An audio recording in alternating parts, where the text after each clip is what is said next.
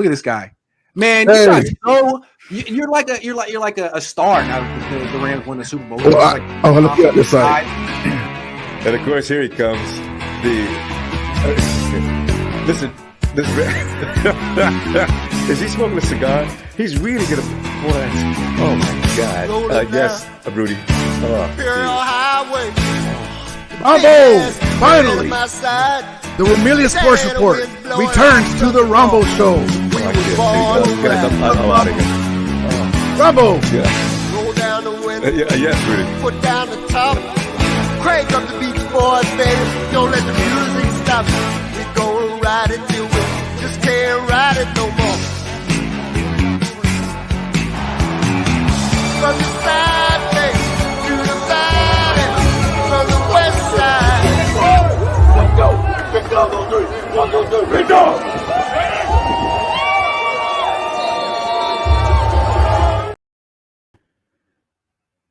What is up, my Ramelia fans of the Los Angeles Rams? I'm here earlier than I normally am, so a lot of you guys aren't used to me coming in so early. So I have a great guest. I hope you guys appreciate what he's done for me, because he's coming at the last minute. I was trying to get a Detroit Lions content creator to come on the show, and I saw this gentleman, Ash, and from Roar of the Lions UK, content creator. He's a great dude, and I hope you guys welcome him with open arms, because we are all Detroit Lions fans this Sunday, tomorrow. So, and we're going to talk about the Rams connections. You say, why are the Detroit Lions on your show? Well, because, of course, Jared Goff. There's also Josh Reynolds, and then there's also someone else a lot of people didn't realize there's a connection to the greatest show on turf, Time Rams. With the Lions, not a player but a coach. So we'll get into all that. So thank you guys for coming in. I know it's earlier than normal, so I just wanted to reiterate again. Let me put my banner up here. And it was my fault that I was late. I was setting it up, man, trying to get dressed at the same time. So without further ado, let me invite my guest, Ash, from Roar of the Lions UK. How you doing, Ash? I'm all right. You? How's it going? Good, man. Thank you. We talked a little bit about backstage, and so I wanted to let you know that no hard feelings about the call of Puka Nacua and the Matthew Stafford getting creamed. That's part of the NFL, unfortunately, but we are happy for Jared Goff. All the way through the season, we were rooting for him. You know, we never had any ill feelings for Jared Goff, just so that is known. He did frustrate us, like I know with you as well too, as young quarterbacks do. He's still a young quarterback, and so that's why I wanted to have you come on, and thank you again. I really appreciate the last minute you moving your schedule around, because I know you're very excited for tomorrow. So I would be too. But thank you, man. Give me let everybody know about your channel and what you do, and how long you've been a Lions fan, all that good stuff right off the bat. So, of course, so as you said, my name is Ash. I'm part of Roar the Lions UK, which is a UK-based podcast and website and such. So I see myself as the annoying little brother of the group. So it's me and about 5-6 other guys spread across the great country of the United Kingdom, who all somehow one or another fell in love with the game of American football, and then somehow chose the heartache and pain that is being a Detroit Lions fan that's finally paying off this season. So we sit here over here, so doing live watch along. So tomorrow night at about till 2-3 o'clock in the morning our time, I'll be sitting here with my good friend Matt doing a live watch along of the game. We've done it pretty much throughout the season, and we also have preview shows like everyone else does, and then we also have a couple of great guys in the group, Ant and Rye, who also do a Wednesday college show, because as Lions fans, usually the draft is usually our Super Bowl, so we have to be knowledgeable about the college players. So it's I sometimes join them on that as well, because I do love a bit of good college. But yeah, we just group of guys who love talking ball and love watching it, who all fell in love. And yeah, it's a pleasure to be here today to talk about the Lions and the connections between the Rams, because it does go deep. Obviously, as you said, there's Goff, there's Josh Reynolds, there's Brad Holmes, our GM, who used to be your former college director of college scouting. We've also that's right. We hated to miss it. We hated to lose him. Well, and it's showing why, like Amon-Ra St. Brown, Kirby, Joseph Iffy, even in that first draft class, he made some stuff. Even I forgot it until I was looking into it. Our long snapper, Jake McQuaid, used to play for you. So that was the true revenge game a couple of weeks ago. It was the Jake McQuaid revenge game. You know, it's amazing. And then I heard you talk on John Jay's stream, 49ers Ultimate Report, about Audrey Pleasant. Yeah.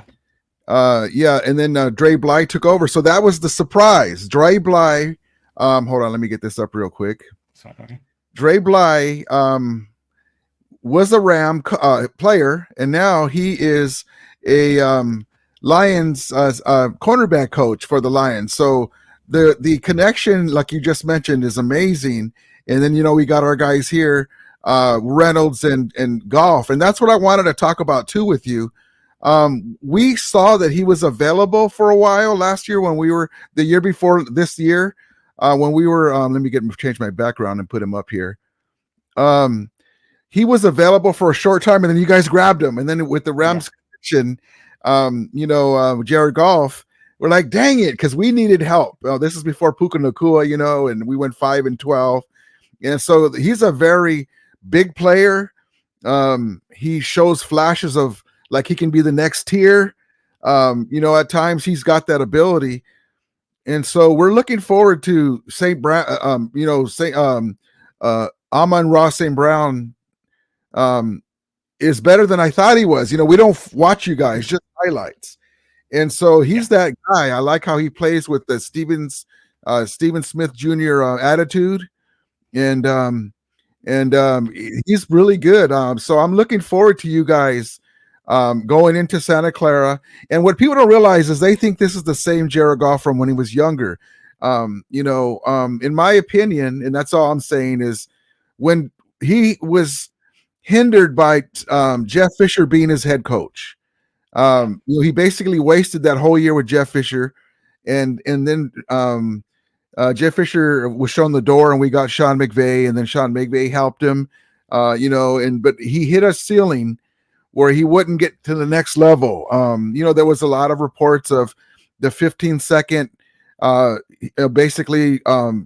was telling him within the 15 seconds before they snap the ball, this is what to look for, basically the guy in his ear, because he wasted that whole first year with Fisher.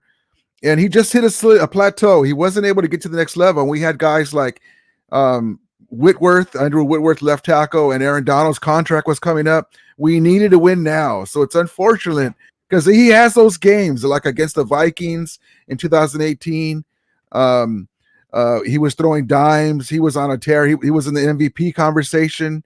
And then he just hit a plateau where him and McVay, he was getting frustrated, and we didn't have time to tread water. We needed to get to the next level, and unfortunately for you guys, and fortunately now, it turns out Matthew Stafford became available, and he was a godsend, and he's everything. Tell me about Matthew Stafford, man, because we're so blessed to have him. I saw him and admired him from afar, like a Dan Marino.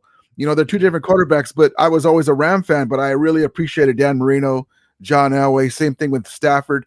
But I didn't know how good he was until I saw him every day with the arm angles, the no-look passes before Mahomes. Tell me what you feel, because there are some Lion fans that they just remember the bad times. He would throw a pick six at the wrong time. Well, he had to carry the team. Yeah, he did. He only had 1 year where Reggie Bush was that 1,000-yard running back. So that's a lot of load. And to me, I think he got some bad habits over the years to think that he has to carry the load. And then check this out. His first year with the Rams, right, we got Cam Akers, a budding star, supposedly. And in training camp, he gets hurt in the Super Bowl year. So he still don't have a running attack. And he threw 41 touchdowns. And tell me if you agree before you get to what I'm asking you. Tell me if you agree with us Ram fans that Matthew Stafford is one of the all-time great quarterbacks. Of course, we know that. But he doesn't get the love of the media and his talent and He's not protected. Like we're going to just go back to the hit. When they hit him twice, it was inadvertent. It wasn't a dirty play. It just they're all going. It's fast. But he doesn't give. If that was Mahomes, I said this on my live. If that was Mahomes or Brady, the refs are basically picking them both up. Do you want a water, sir? Here's a penalty. They don't protect him. I've seen it myself. You're right, and he's paid his dues. Tell me on that note with Matthew Stafford. Do you agree with me that the media doesn't prop him up like they should? I mean, even the Madden game didn't even have him as a top 20 quarterback. Are you serious? They had Tua in there. Speak to me on that. Yeah, we completely agree. Stafford. So we were discussing the game a couple of weeks ago in our podcast. We were saying, Stafford sometimes had Stafford moments where he threw his pick six and that, but he was just. We completely agree. We had years of him basically being wasted on our team, which pained me. Like, I'm a massive Stafford fan. Like, I've still got his jersey hanging up in my wardrobe from when he was with us. The irony is, I used to have one before. It got damaged in the wash. I buy a new jersey. 2 weeks later, he's traded to you guys for the draft haul that we got from you. But we've still made him from far. So I remember sitting in one of my best friend's houses, watching that game. Unfortunately for you guys, that game made her into a Bengals fan because she fell in love with Joe Burrow because he's a pretty guy, of course. But I was just so happy for Staff just seeing him finally get that ring, because we saw for years, as you said, the no-look passes, all the arm angles. That guy can make any throw in the book. He was Mahomes before Mahomes. The problem is Mahomes obviously gets all the media attention, and he's got a bit more mobility than Stafford. So he's the new flashy toy, but Stafford's consistent. He gruts it out. So obviously, as you said, with that hit, looked pretty concussed, but came back in, still played the game. We saw the ages. Obviously, there's famous clips of him with the broken shoulder coming in and winning the game with the Riley. We just loved Stafford. He did get a tough rap. Not really having a team around him. The only time he did, 2014. And then we have a great defense, second in terms of yards per game. Had some weapons with Calvin and Golden Tate. Didn't really have the running game, as you said. And he still got us to the playoffs. And then there's the infamous play with Anthony Hitchens and Brandon Pettigrew. Who picked up flag and all that. He never really got a chance with us to go find the playoffs. So we were all more than happy for him to get traded to you guys. Obviously, there were other teams sniffing around, most famous one being Carolina, offering us the first round pick right after ours, and Teddy Bridgewater for him. Funny how life turns around, because Teddy Bridgewater is a Lion now, and he's, depending on how tomorrow goes, he's either retiring with us there, or he gets another shot at the Super Bowl. And I think that trade, to tangent a bit, that trade is the first proper win-win trade I've ever seen in the NFL. Like, you guys got the ring, you got Whitworth his ring. I remember still watching his speech to his children on the field afterwards. Like, Daddy's going to be home with you a lot more now. I'm staying home with you. I'm done. Stafford getting his ring. I know all about Cam Akers as well, because if I tilt my head slightly, you can see the Florida State hanging up behind me as well, because I'm a Florida State fan, so I know a lot about Cam Akers, the former quarterback he was as well. Him unfortunately getting the ACL and coming back, but not 100%. We were so happy for Stafford, and then obviously, as you say, we've got the past couple of years, he has frustrated us. I remember when he first got here, had obviously the fumbles, interceptions. We had Anthony Lynn as our offensive coordinator. They weren't really meshing. We were like, oh God, is he going to bridge guy? So I was looking at quarterbacks, including the guy we're going to be playing against tomorrow, Brock Purdy. But then when we fired Anthony Lynn halfway through that season, Dan started taking over play calls, and we had Ben Johnson putting as offensive coordinator. You could see the turnaround. So now we went from that to, you probably, some people might not, outside the Lions organization, not remember, Jared Goff currently is the holder of the third longest streak in the NFL consecutive passes without an interception. We had it from the end of last season to start this one. We had a turnaround to Stafford. We love him. Obviously, there were some of the things with Kelly Stafford at the game, like, oh, why are you booing him? How dare you boo my kids? It's one of them. I got into a few Twitter spats with people about it, because I'm like, we're not booing him, we're booing the team. And as much as we love Stafford, between kickoff and end of that game, he's the enemy. We have to boo him. Yeah, but we still love him. Like, when he retires, I'm more than sure that the organization will do something for him, because that guy we picked him when we went 0-16. We were in the doldrums, and within a couple of years, we had a fit firing offense. He unfortunately as well had some bad offensive coordinators, no more so than Jim Bob Cooter. The only thing he was good for was having a funny name. I think he's now the quarterbacks coaching down in Jacksonville, so God help Trevor Lawrence. But yeah, just seeing Stafford with you guys at least get to win one. That's the great thing for us. We have some solace in that, and then obviously now it's our turn to get the sort of good end of the trade. Yeah, so I mean, we're more than happy.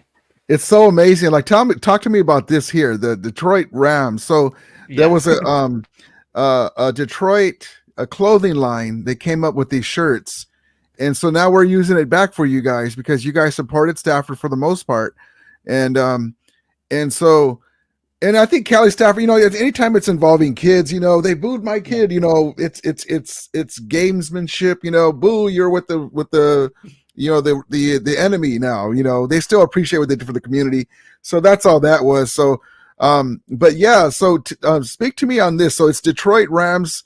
And so for you guys that aren't up to that, when Stafford came to the Rams, you know, even though they were happy to get golf and the number 1 picks and all that, they didn't know how it was going to turn out, but Stafford was a mainstay. I mean, anytime you have a Matthew Stafford, you have a chance against anybody. He reminds me, I'm an older guy than you, of the Rams, Jim Everett, who's the all-time Rams leading passer, number 11. And he played for a few. Check this out, Ash.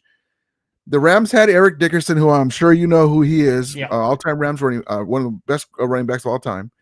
They traded him, who the woman who shall be nameless, we call her, the lady who took the Rams to St. Louis, was owner at that time, traded Eric Dickerson, right?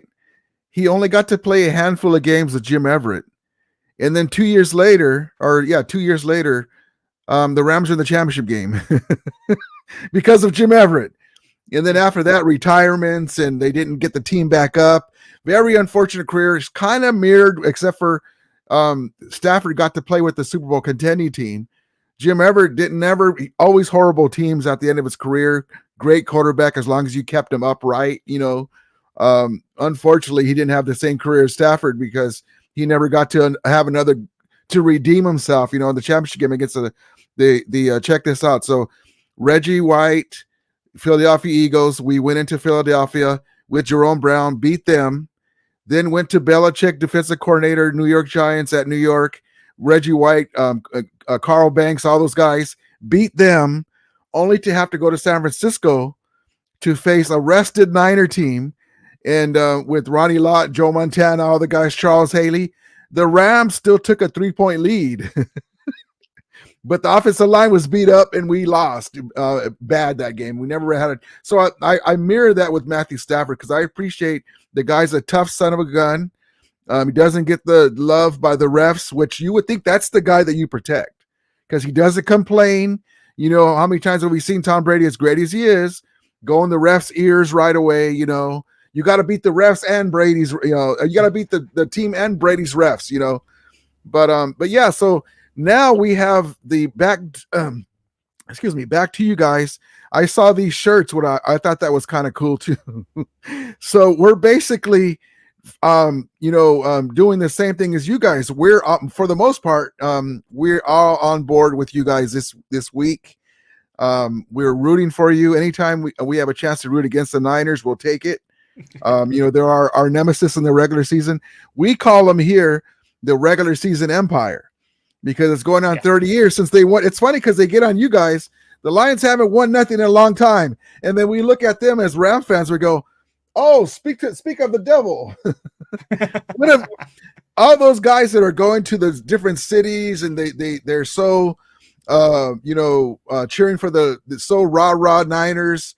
A lot of them look pretty young. They look about under 30. You know, they didn't see the Super Bowls that they're bragging about. So they're the pot that call the kettle black. You know, they haven't won nothing in a long time except for regular season games.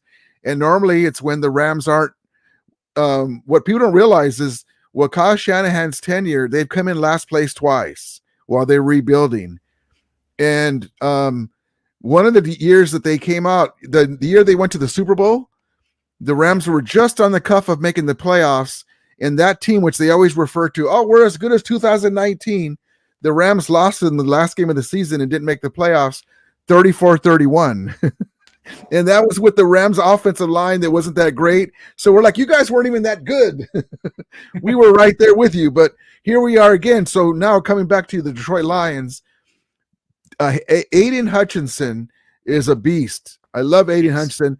I like Aiden Hutchinson as the new guys like Crosby from the Raiders, high fast motor, tough son of a gun.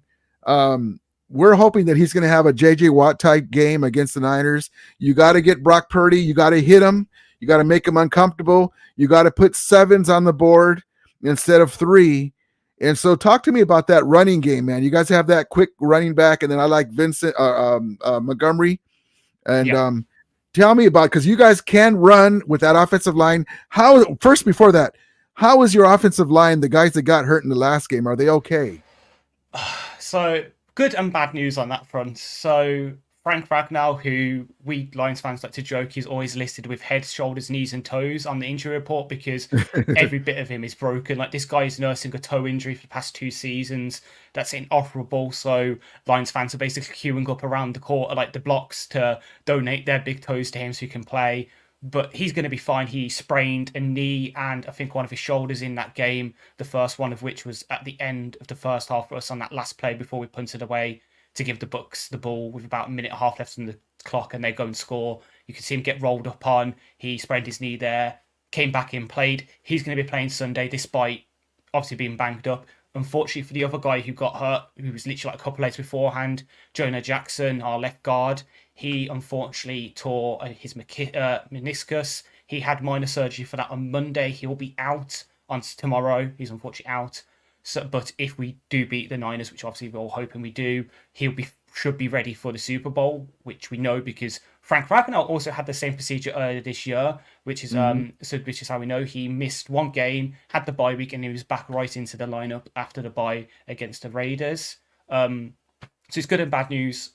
Frank, who is all pro, one of the best centers in the game, when Jason Kelsey retires, Frank should become the number 1 because it was him, Kelsey, Corey Lindsey, who unfortunately also had to retire this year due to a heart problem, and then probably Creed Humphrey. Those are the guys battling out, so Frank should be good to go. But Jonah, who has been the weakness of our offensive line this year, he had a couple of bad stretch in this year where he was giving up a lot of pressures.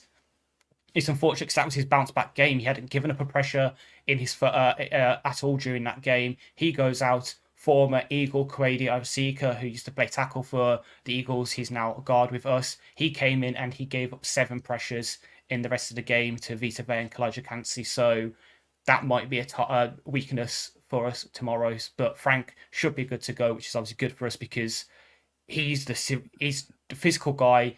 He's the heart of the team as well. So people might not know he is one of the Walter Payton Man of the Year nominees before the charitable work he does.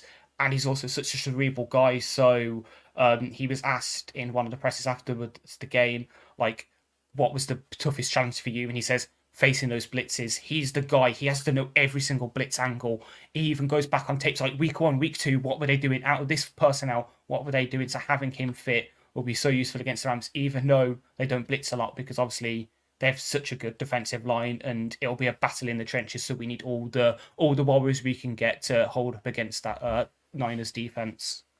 The Niners defense is tough, but they can be run on. Yeah. This is how we looked at it, Ash. The Eagles were done this year. It's not this. It's funny because they were so happy. We beat the Eagles. Yeah, but they're not that good this year. And they would argue with me. I'm like, seriously, they're not that good this year. It's not the same team. We were like, if it's not us, then who else is going to stop the Niners from going to the Super Bowl? You know, we don't even want them to get close to there. You know, we still think the Ravens or the Chiefs will beat them, but why even get them to that point? Yeah. So us with Kyren Williams, now he ended up, I didn't see the injury report, but he ended up messing up his hand in that game against the Lions. The Lions are very physical, and that's what you need to do to beat the Niners. So I don't know how good we would have been coming out of the game if we would have beat you guys, because you need a healthy Kyren Williams because he's a difference maker. So you guys can run the ball. You guys need to run in my opinion, you need to run at Bosa, and I put on John Jay's chat. But what I've learned is, and it's better, easier said than done in a perfect world. Once you get past that D line, which can be gotten past, you got to have your pulling guards or tight ends look for Greenlaw Yeah. and Fred Warner. And I would practice this whole week and crack them. Yeah. Not dirty, but you smack them and you have them, instead of them beelining for that running back, now they'll be like, where am I going to get hit from? Because that's what you do. They once you get past, they're going to be beelining for the running back like a torpedo, you know. So this it's important to not only get past that D line, which can be not easy, but you can. They're going to be beelining. They're the key. And then once you start to get the cornerbacks coming up, then, you know, over the shoulder, post patterns, the middle is wide open. Fred Warner likes to, you know, corral in there. You know, Jared Goff has learned that, you know, looking off the linebacker, and so you guys need to score 7. You know, that was our mistake against you guys. We couldn't score in the red zone. Yeah. You got to score 7, especially against the Niners, because then CMC will ride to the rescue. I see. I'm a content creator. I didn't mean to have a channel. I'm a Ram fan since 1979 when I was a kid. And so I've been through the tough stretches. I've been to the Rams moving to St. Louis and coming back. God bless them. And we've been through the tough stretches, losing to Tom Brady twice in the Super Bowl, or else we'd have and this is what I tell Niner fans. Well, you guys have 5 Super Bowls. You have 5 Super Bowls. You only have 2. They have 5 Super Bowls. We only have 2. Yeah, but we played Tom Brady twice in the Super Bowl. I mean, there's nothing to hang your head down losing to one of the all-time great quarterbacks, but we would have had the last 4 Super Bowls in the NFC West since the late 90s. So you got to score 7 in the big games. That way CMC can't ride to the rescue. If you guys can score 7 and get a two score lead, whether it's 10 points or 14 points, even better, Brock Purdy can freak out because he's a young quarterback. He does start, I mean, for 3 3.75 of that game against the Packers, and it was rainy, I understand that, but both teams had that. He looked like crap. They should have had that pick 6. We were like, yes, one and done, right? They were that close from one and done, and now they're back to being arrogant. We should be able to beat the Lions by 2 scores. We'll see, because they can be had. Your secondary does worry me, but, you know, no team is perfect. Their secondary is not that great either, though, but their pass rush and their linebackers help them in the middle. So give me your keys to the game on defense first, and then on offense. What's going to get the Lions the win? Because we're, like I said, we are all for you guys. We're rooting for you, and as long as you guys, I don't care if you guys win by safety or 1 point, just get that W. Tell me your keys to the game so the Lions can get this win, and Jared Goff can shake off, and Josh Reynolds can shake off that Niner monkey on their back, because when they were the Rams, they would lose against the Niners in the regular season. Tell me, because I think he's going. I'm going to just tell you this too. Jared Goff was a Niner fan, Joe Montana number, grew up in that area, went to Cal. He would love nothing better to redeem himself at Levi Stadium. He already got the Rams win. Now at San Francisco, he's going to have family there. Tell me what the keys of the game for you guys to get this win on defense and then offense. So defense, you quite rightly pointed out CMC. That is going to be the start and end of it. Our defense is set up to stop the run. We're the only team in the league this season, and this has continued into the off season, to have not given up more than 70 yards to a running back this entire season. When we've been burnt on the ground, it was against Lamar Jackson and it was against Justin Fields, rushing QBs.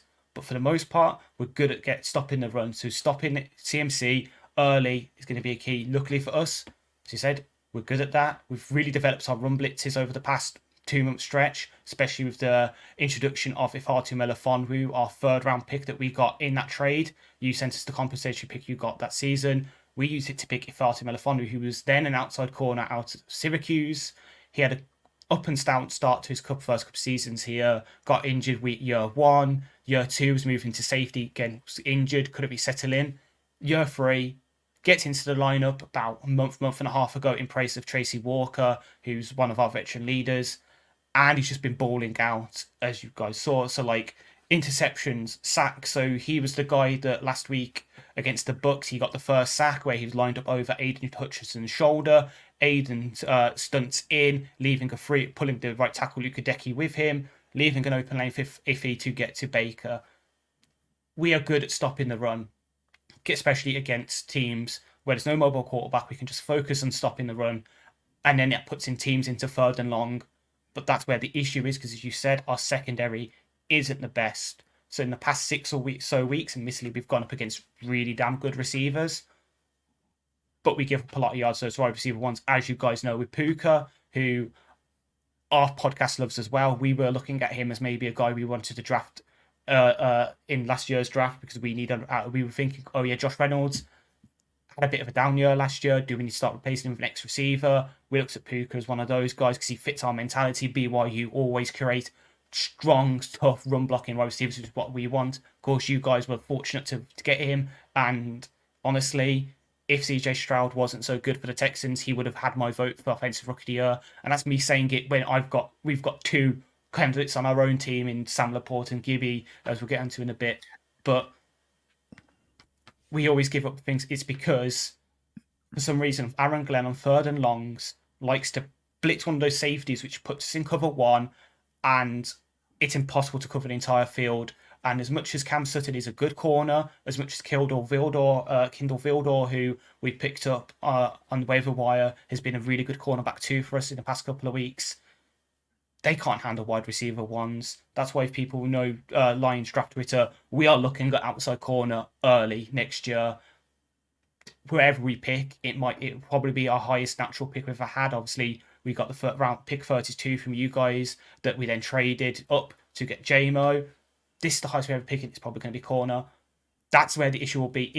If we don't stop Debo, if we don't stop Ayuk, who was like the 5th highest graded receiver by PFF this year.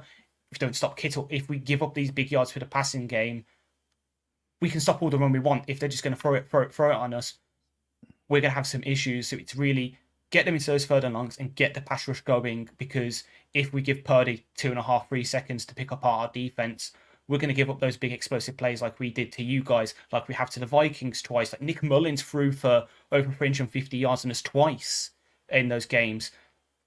Dak went off against us again with CD Lamb, though the 97-yard touchdown probably helps a bit with that. That shouldn't have counted because there was a missed holding, but we won't get into the zebras.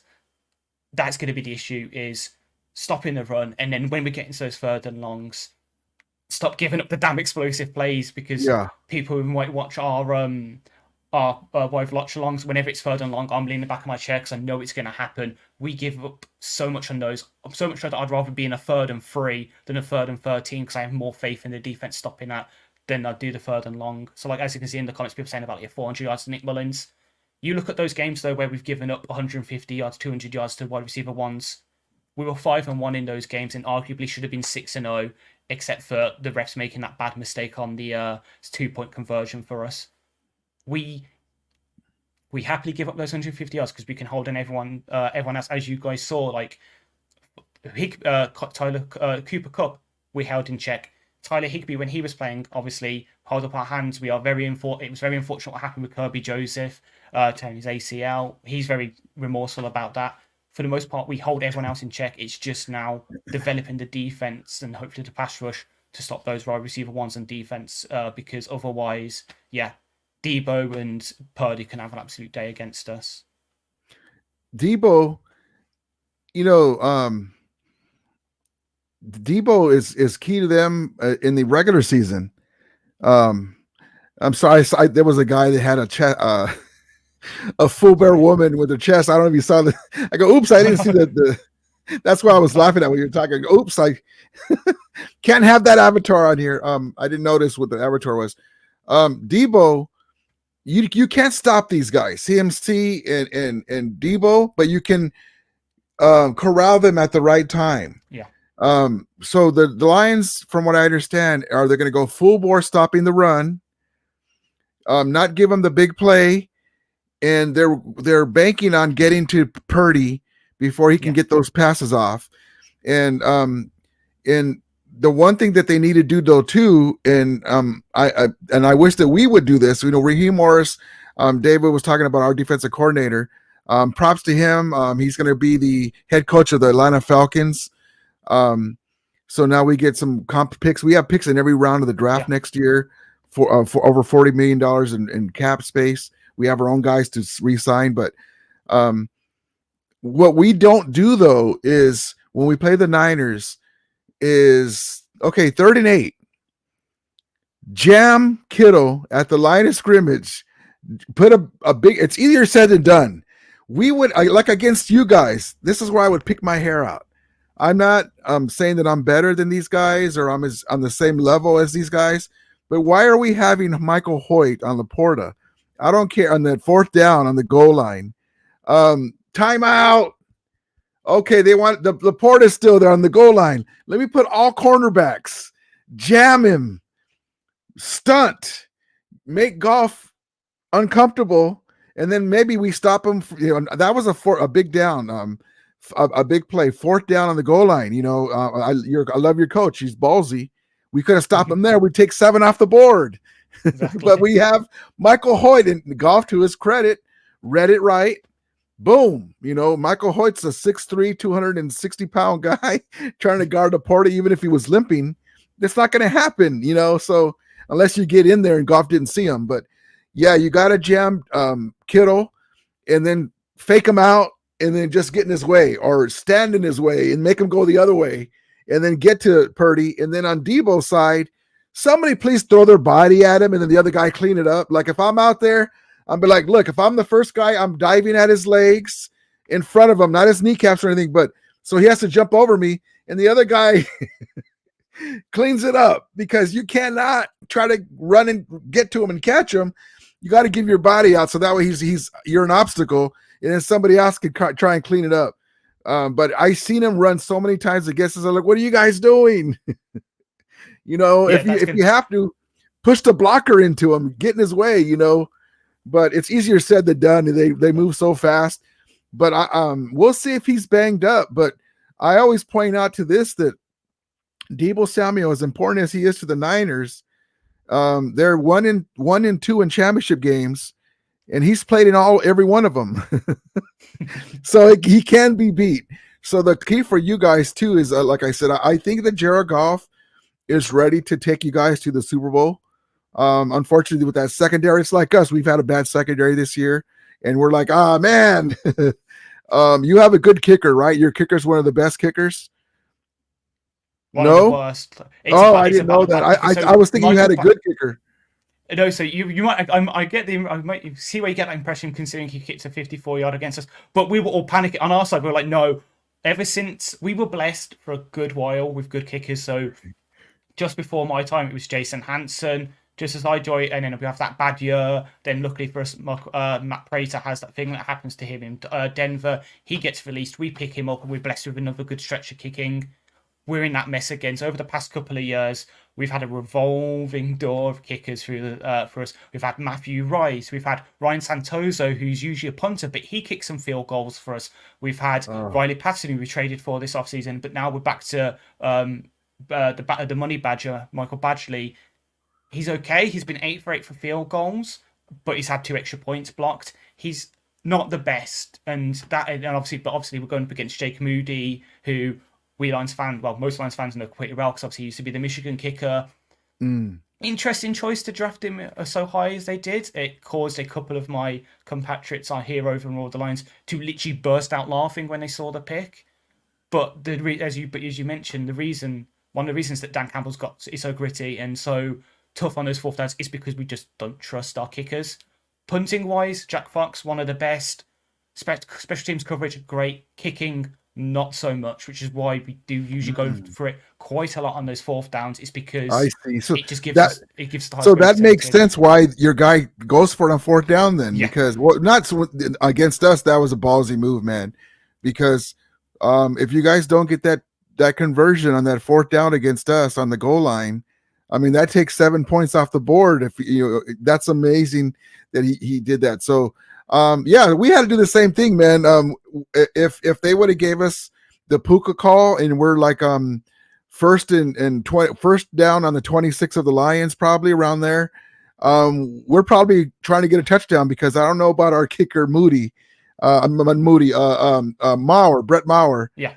But you brought up Moody, and he's missed a field goal in the last game against us and an extra point, and then he missed his last field goal against the Packers. So he's iffy for them too. So wouldn't that be something if it's a tie? It's if you guys are up by 2 or 1, and here comes Jake Moody, and you're going to be like, dang it. And right. Yes, I hope so. So when we played you guys a couple of weeks ago, we had one of your content creators on Payo Time, and we had one of my friends, one of my friends, Anton, as well. He's one of the guys that hated the Moody pick, and we literally joked with Payo Time, should we just abolish kickers and every single time you score a touchdown, you have to go for 2? It's going to be one of them games. I can see us, especially since it's such a high pressure game, we will start pulling out a bit of those tricks, going for 2 points when some people wouldn't. Fake punts. I know obviously you guys have seen a lot. So like when we played you in that first year in the Dan Campbell regime, and it was Stafford versus Goff going back home to SoFi. We pulled out 2 onside kicks, a fake punt with Jack Fox throwing the ball to Quintus Cephas. It might be one of those games where special teams and us having the balls to go for it on special teams, it might be the difference, because to us, there is not that much golfing talent. Obviously, some of the people think that the Niners are a juggernaut. But I can see Dan thinking, okay, now's the time. Like, we need to go for these. And it's another one, as you probably saw in the game against you, we lost the challenge. Dan Campbell is currently 0 for 37 on challenges. Wow. He's never, as a Lions head coach, he's never won a challenge. Could this be the game where he does a challenge and it wins us the game? Anta, who's one of my compatriots on the thing, he has a joke that, Dan Campbell is going to win his first ever challenge as a head coach on a play that wins us the Super Bowl. I'm a bit less optimistic than that. I'll happily settle for the NFC Championship, but it is going to be that sort of those minute win percentages that maybe going for 2 at a weird time might just tip the scales in our favor like we need it to. I think, those are great points. I think that people are selling, especially Niner fans and Niner content creators. They're not looking in the mirror. Great Niner content creators like Larry Kruger, all these other guys. They look at, Jared Goff is going to throw a pick, or Jared Goff. You're not looking in your own mirror. Did you not see the game last week where Brock Purdy looked like crap for three quarters and 3.5 quarters? He didn't look very good. He was. I love Nick Wright when it comes to this. I hate when he's talking about my team, but he cracks me up. He was talking about Brock Purdy may have been the worst player on the field for 3 quarters of the game. And he was right. I mean, the Packers, had they not been a young team and Love had played more experience, they would have routed them. Had they played the Rams in that game and you play against us like that, Matthew Stafford would have hit Puka Nacua for about 2 touchdowns. Kyren Williams probably would have ran for another couple of touchdowns. The Lions have a chance to do that. They're not giving Jared Goff his due. He's already been through hell and back. He was written off by McVay. He was sent out to the Lions, and he's found himself. He's gotten developed.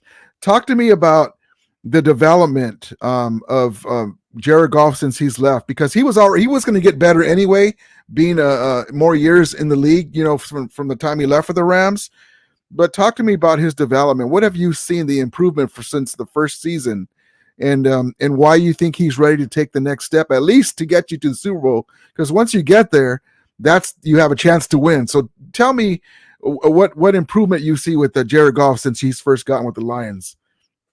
So I think the first one, first and foremost, is his pocket presence. So as much as we had a good offensive line for the time he's been here, for the most part, with having obviously Ragnow, Decker, Jonah, Hal Vito for those first couple of years, and now it being Graham Glasgow, whenever there was pressure through that, he would just crumble. Like, the most infamous one is where he see a rusher, and instead of trying to step up away from it, he spins and it causes a sack. He's got a lot more trusting in his protection. He's more willing to step up and keep his eyes downfield, which is great. And I think it also helps him the fact that after that first year. Him, Dan Campbell, Ben Johnson, and Hank Fraley, who is our offensive line coach, who, if you believe reports, if and when Ben Johnson goes to Washington to be their new head coach, as rumors are, he's supposedly going to take Hank to be with him to be his offensive coordinator. Part of the reason is because he's the guy in charge of our run game. They all sat down around a table and basically said to Jared, okay, what kind of concepts do you like using? What root trees, all this, and they sat down together as a collaborative process, came together with this playbook that we have now that does a lot of stuff that Goff did well in college and did well with you guys in LA, and just took that to the new level. So in breaking routes with Amon-Ra St. Brown, obviously him and Goff and Cup were really damn good at that when they were together. So what do? We put Amon-Ra with those. We get him a good tight end because Goff always seemed to like his tight ends in LA. So we've had TJ Hawkinson for the first couple of years before he got too expensive for us. He was asking for too much. So we traded him away to Minnesota. And then we had Brock Wright, who unfortunately broke his arm in the last game. So he's had to go on IR, which is why Zach Ertz got signed to our practice squad.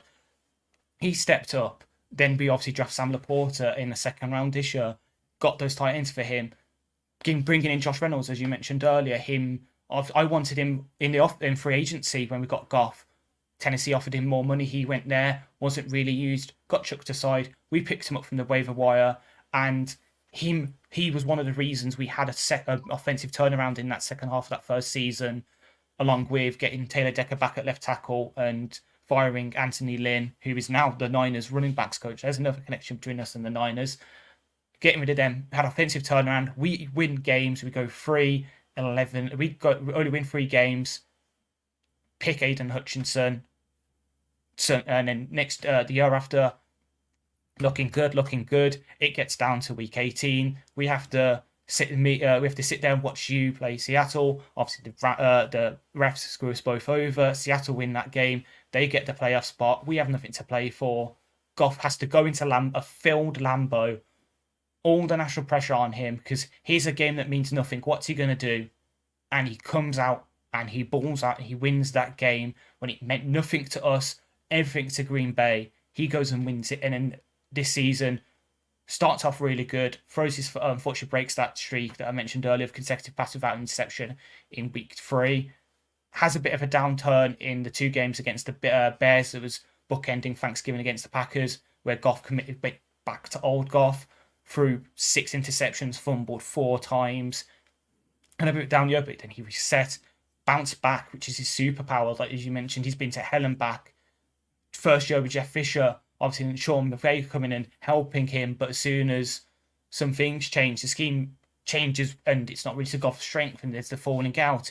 Him getting discarded out of nowhere for Matthew Stafford or draft picks, getting brought in, basically tossed aside, coming into Detroit into a hostile environment because we love Stafford, and we were a bit like, was Goff just thrown in so we can get an extra first round pick, which it actually turns out in reports recently he wasn't. We asked for Goff because Brad Holmes trusted him that much, and we built around him, and we've made this offensive system perfect for him where it's everything he likes. Sometimes, yes, some stuff breaks down. He still does the spin move and takes sacks. But as we even saw last week, there was a play action pass where he dropped back 5-step drop. He could see the pressure was coming. So what does he do? Instead of taking it, he steps into the pocket and minimalizes the sack yardage we take. He's grown so much in terms of his pocket presence, his poise. He spreads the ball around. So last week, obviously, Mike Evans gets 150 yards. None of our receivers got more than 80 yards, but it was spread around equally. Sam Laporta got his share. Amon-Ra St. Brown got his share. Josh Reynolds got his first ever playoff touchdown and a really good play.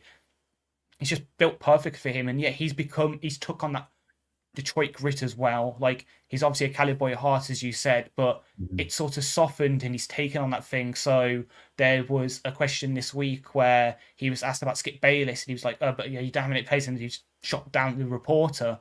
He's just took on that mentality of the team, just like everyone else in this franchise has, with Dan coming in, him coming in. And it just turned around from us thinking in year 1, oh yeah, he's only here for a year. As a bridge, we'll draft Malik Willis in the top 5 and he'll save our franchise. And thank God we were wrong, because as you say, we're one step away from the Super Bowl.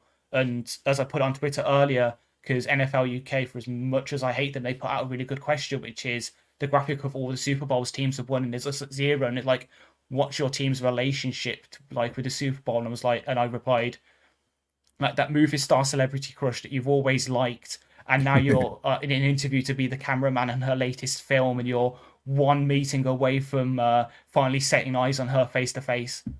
Goff has been that guy for us. Obviously, it's unfortunate what happened to you guys in the Super Bowl with him.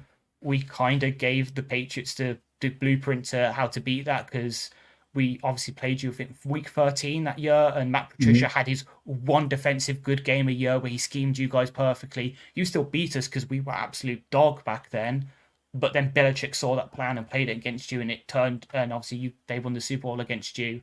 But Goff has just turned it around, man. Like, we love it. Like, we love Goff to pieces now, and so much so that we're thinking about extending him to another new extension. It's going to be like 50 million plus. We never would have thought that 3 years ago. We would have thought Goff's here for a year. He meant as a young guy, and then he's on the streets stacking shelves at Costco. But instead, now he's a hero of Detroit and beloved by all of us, pretty much. Forget that you guys beat us. The NFL is better when the Lions are good. I was rooting even for the Browns to be good. I think they should bar the Dallas Cowboys from going to the playoffs because they don't do nothing anyway. No, I'm just kidding. But they are so overhyped. They have an owner that wants to win. They have a good quarterback. They have good defense, and they just, that would suck to be a Cowboys fan, honestly, because they're like my Dodgers in the postseason. They get us all. We got 110 games, but we need to win a ring, right? And so I'm so glad that the Lions are there if it's not us. And people are writing off the Lions. I think that Jared Goff, he's been through a lot.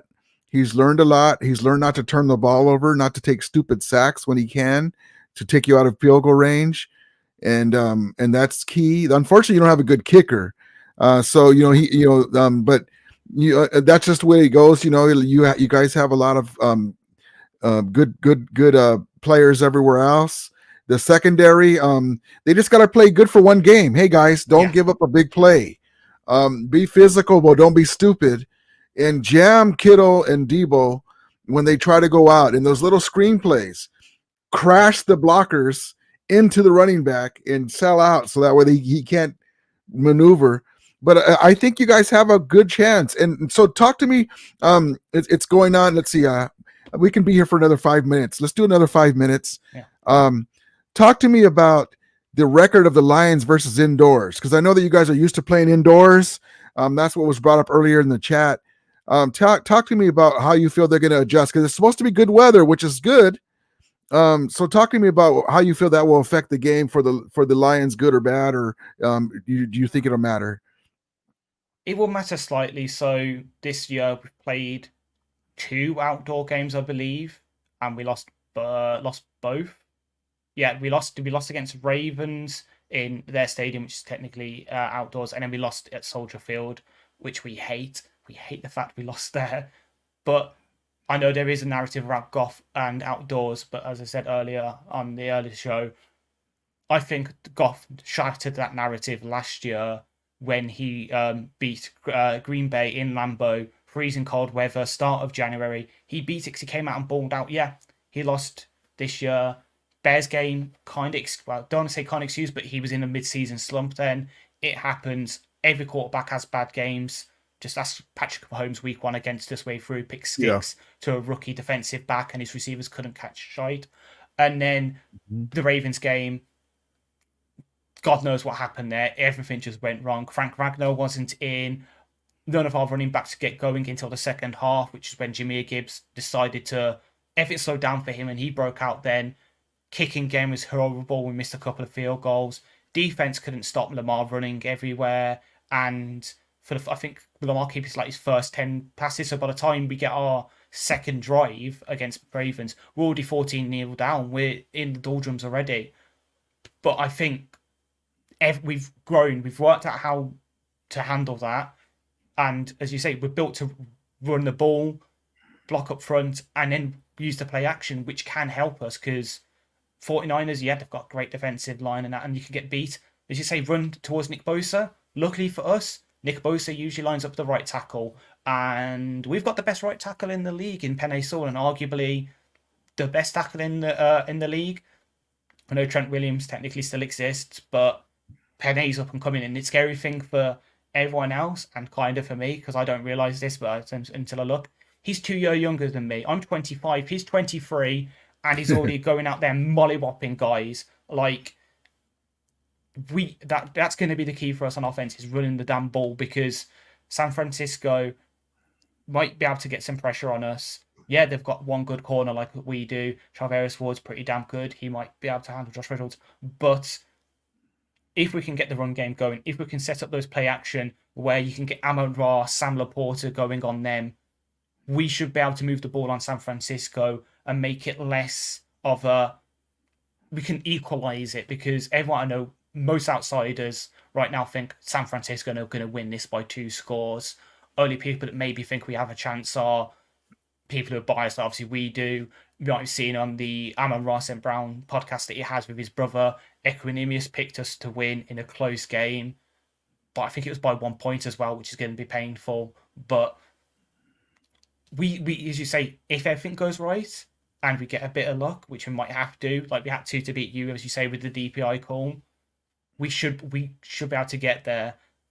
And I trust in our coaching staff more than I trust in Kyle Shanahan. Shanahan's a great schemer, but luckily for us, number one, as you say, Dan Campbell's one of the best guys going for it on 4th down and such.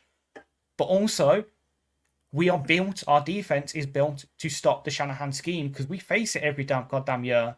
Kevin O'Connell, the former Rams OC, Vikings head coach, Matt LaFleur comes from the Shanahan scheme, and then Luke Getsy until they fired him, former Packers coach. Shanahan scheme, we are built to stop this outside zone running scheme where the thing that can give us a lot of issues, and we thank you Rams fans for it because you gave us a good start is the motion, and you guys motion every which way. You gave us the practice we needed because it hurt us early in the season when we played the Chargers.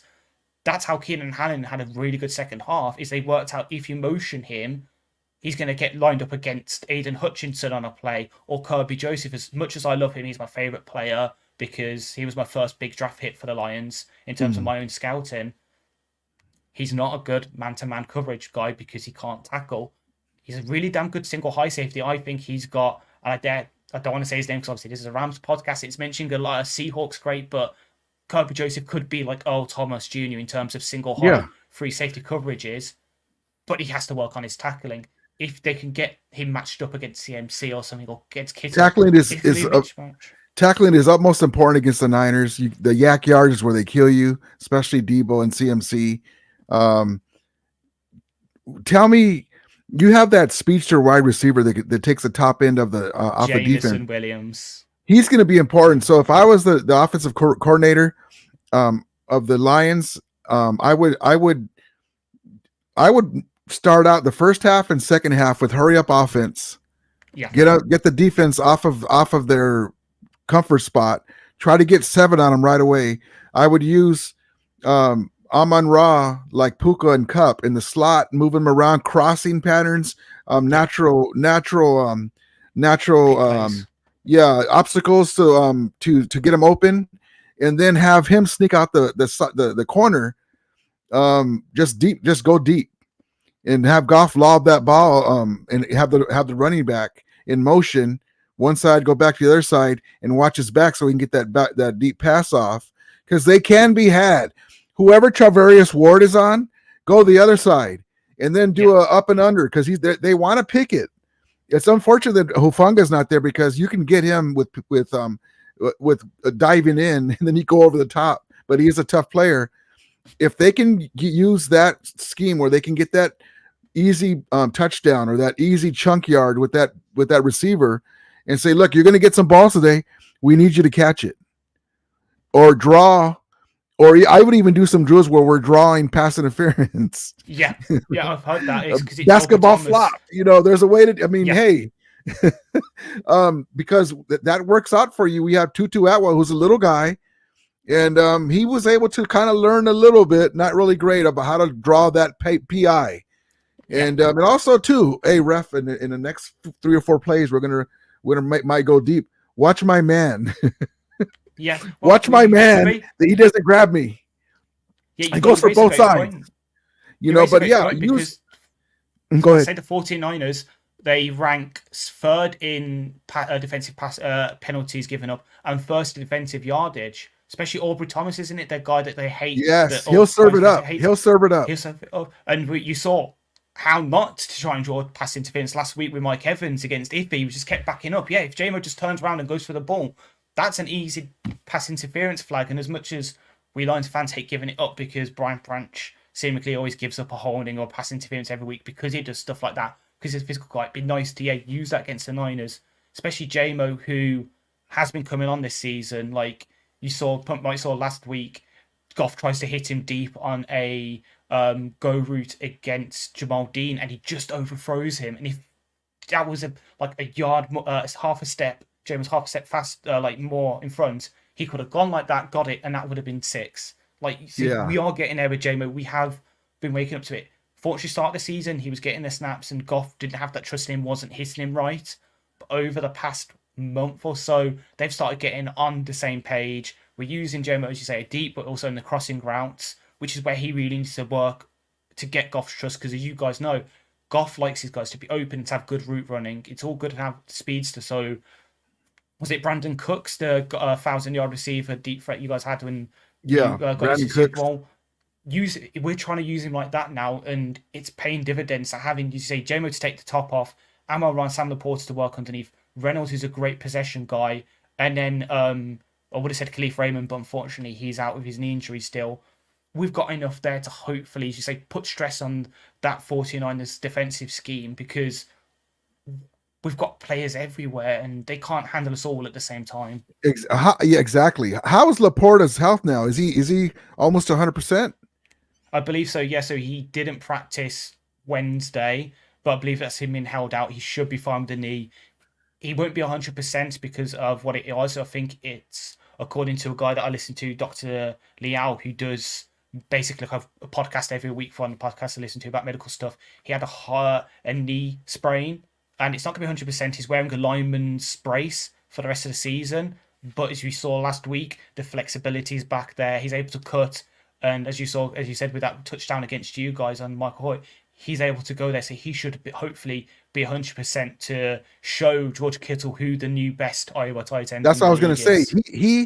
He's key as well, because you have those 3 cogs, the fast dude. What's his name again? Your guy outside? Jameson Williams. You have him and Amon-Ra. They're going to be watching him. He's going to get all the stuff, but you can cross Laporta and him going like this and roll out Goff, because he can roll out. People think he's a statue. He's a young guy. He surprises you. He's not like a Purdy doing pirouettes, 180s and stuff and doing all that, but he's a young guy. They think that he's a statue. He can move around in the pocket. And so Laporta is going to be important to get those middle yards. Fred Warner is probably going to be trying to guard him. Okay, so then when Fred Warner moves over here, then somebody watch, a natural pick on Greenlaw, and then you have that whole side wide open. Man, you guys can score on them. When we played them the first game, it was a tough game. We didn't have Cooper Kupp. Kyrie Williams was able to run. Our offensive line is a lot more improved this year, and we handled them. We went all the way through, except we didn't have that extra guy to help Higbee and Kupp at that time. And Tutu Atwell was the second game of the season, and so the Niners were fresh, and we were still learning. Puka still went off on them for 150 some yards. So, and that's without Kupp. So they can be had. And so I'm rooting for you, man. Good luck to you this game. I hope it doesn't come down to your field goal kicker, though. God, let's hope that. Trust me, if in that situation, God, I don't know what I'll do. I'll fly over there myself and kick it, if I have to. Because as much as we love the Money Badger, yeah, it's a bit, until hopefully we get a guy we can trust. You can see I don't really have fingernails. That's because I keep having to bite them whenever we're in field goal range. The kickers are something, man. The poor Bills, wide right again, and poor Josh Allen, man. But But yeah, man, I just wanted you to know that we are rooting for you guys, and anyone, for like I told you, anyone against the Niners, we're rooting for. Yeah. But especially because of the Rams connection, Dre Bly, a Rams cornerback, head coach, used to play with the Rams, St. Louis Rams. Josh Reynolds and Jared Goff, and you mentioned a couple other guys are still there, right? So it's Jake McQuaid, our long snapper, who used to be your long snapper. Yes. Brad Holmes and Ray Agnew, both from your front office. Ray Agnew, man, he's amazing. Amazing guy. Brad, if you want to cheer yourself up, search, like, this is going to sound weird. I promise it's not leading you down some weird dark avenue. Search Brad Holmes elevator video. There's a video for him after it was against you guys of him celebrating the win in the elevator, screaming like a fire alarm in happiness. That, and then him on what we call Inside the Den, which is like the sort of behind the scenes documentaries our media team does. Him in the draft room. There's times of his accident, he's almost winded Dan Campbell because he's celebrating so hard. Pens and everything flying everywhere because he's so pumped for his plays, and he's such a good drafter. Like I said, that's what it's like.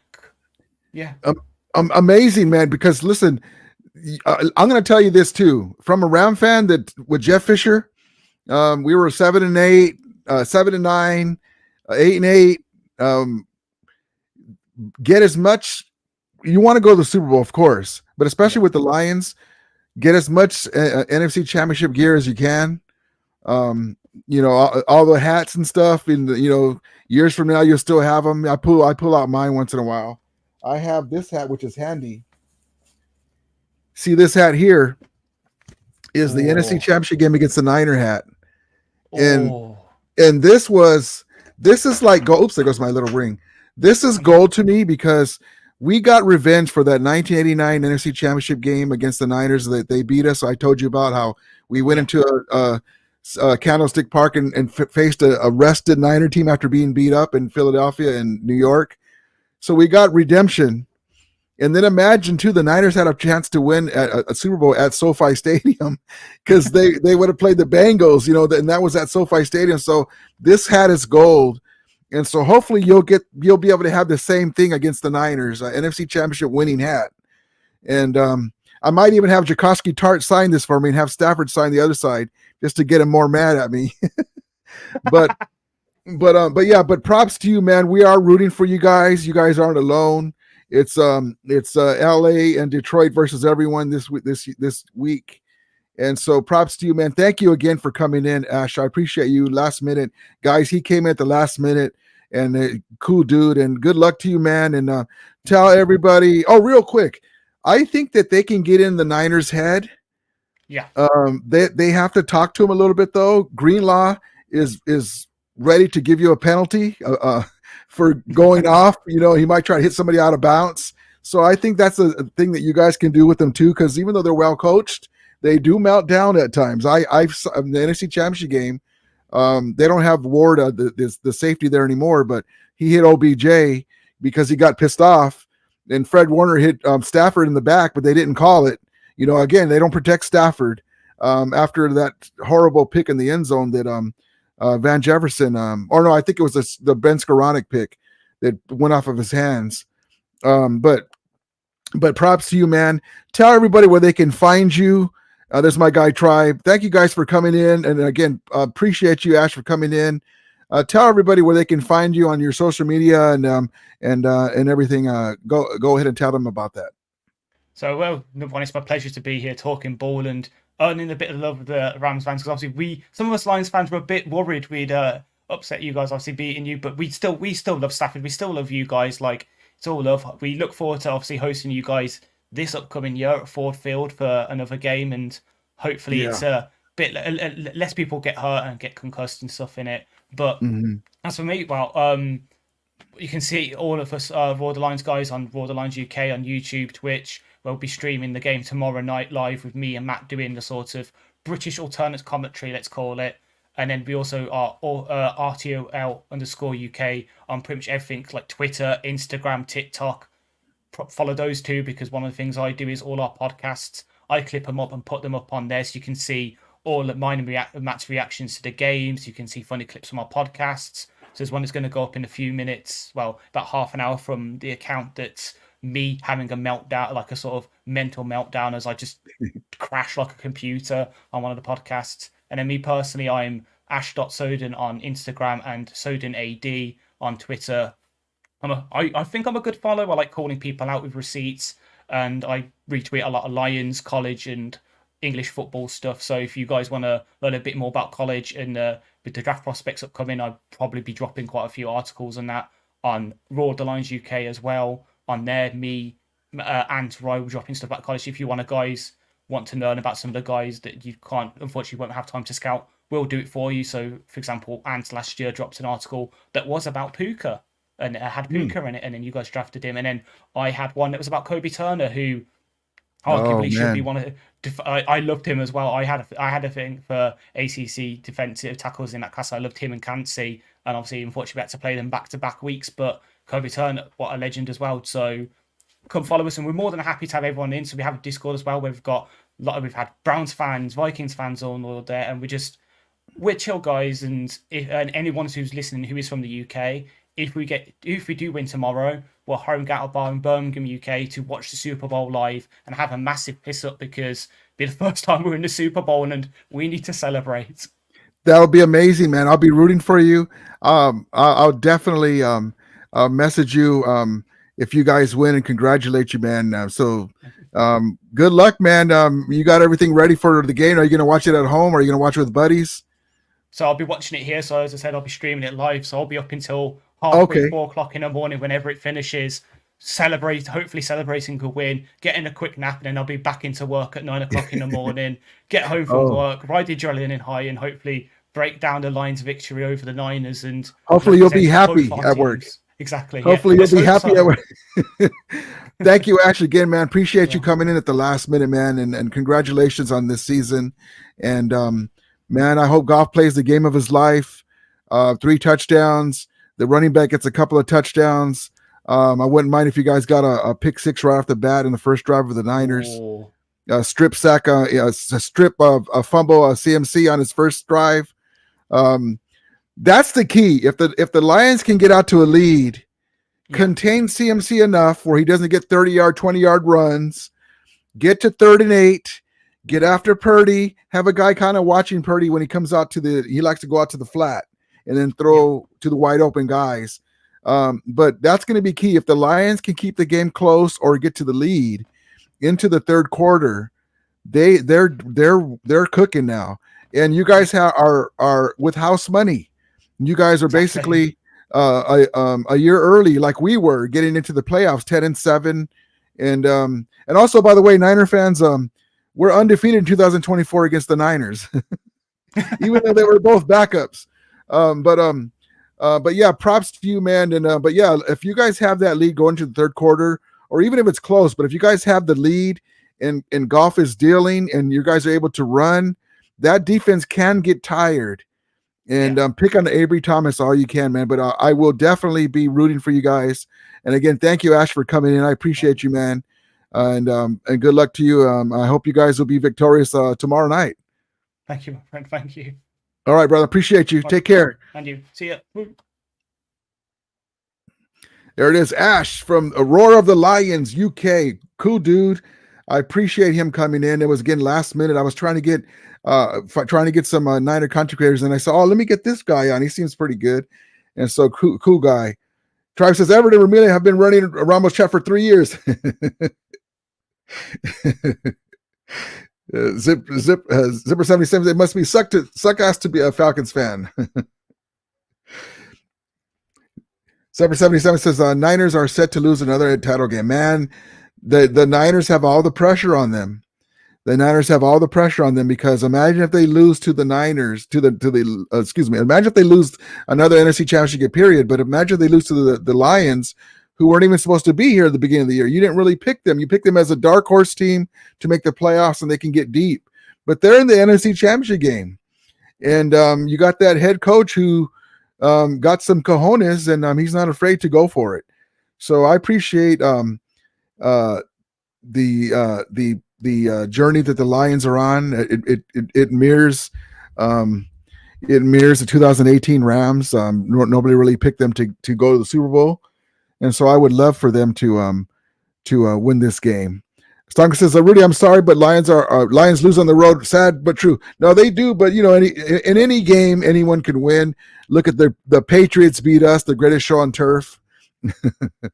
And so you never know, but I think they have a fighting chance, man. The Packers almost beat the Niners, and the Lions are every bit as good as them, and they have a veteran quarterback who has learned not to turn the ball over, at least in the playoffs. And so I think they'll be okay. William says this will kill their spirit majorly. It will, man. Niner fans will be distraught if they lose. They definitely will be. I would be too, but it's been, imagine going 1-4 in NFC Championship games, which they would be if they lost. That's crazy. William says another 50 years waiting is impending. Niners fans forget the 2021. Yeah, they remember. That's why they bring up the regular season. I'll remind them with his hat. But thank you guys for coming in. Appreciate you guys. It was a last minute live. I was able to get my guy Ash on here. Appreciate you guys so much. Tribe says, who do you want for the new DC? Man, I would love to have Jim Schwartz from the Browns, but they just hired him. I would offer him big money and a draft pick or two to let us take him off our hands because he's good against the Niners and he's a mean coach and he gets the teams playing physical and mean. Or Brandon Staley's coming in, so I would love that. I would love to have Brandon Staley, but I would love Jim the Schwartz. I call him Jim the Schwartz because of Spaceballs. Dan says, thanks, Ash. Yes, indeed. Thank you, Ash. Zupper77 says, I can see Gibbs gashing. I can too, man. I can too. Song says, Rombo said, quest for 6 complete this year. Quest for 60 years. All right, guys, I gotta take off for work. Thank you guys for coming in. I appreciate and love each and every one of you guys. Thank you guys for the support. Thank you guys for being good to my guy Ash for coming in.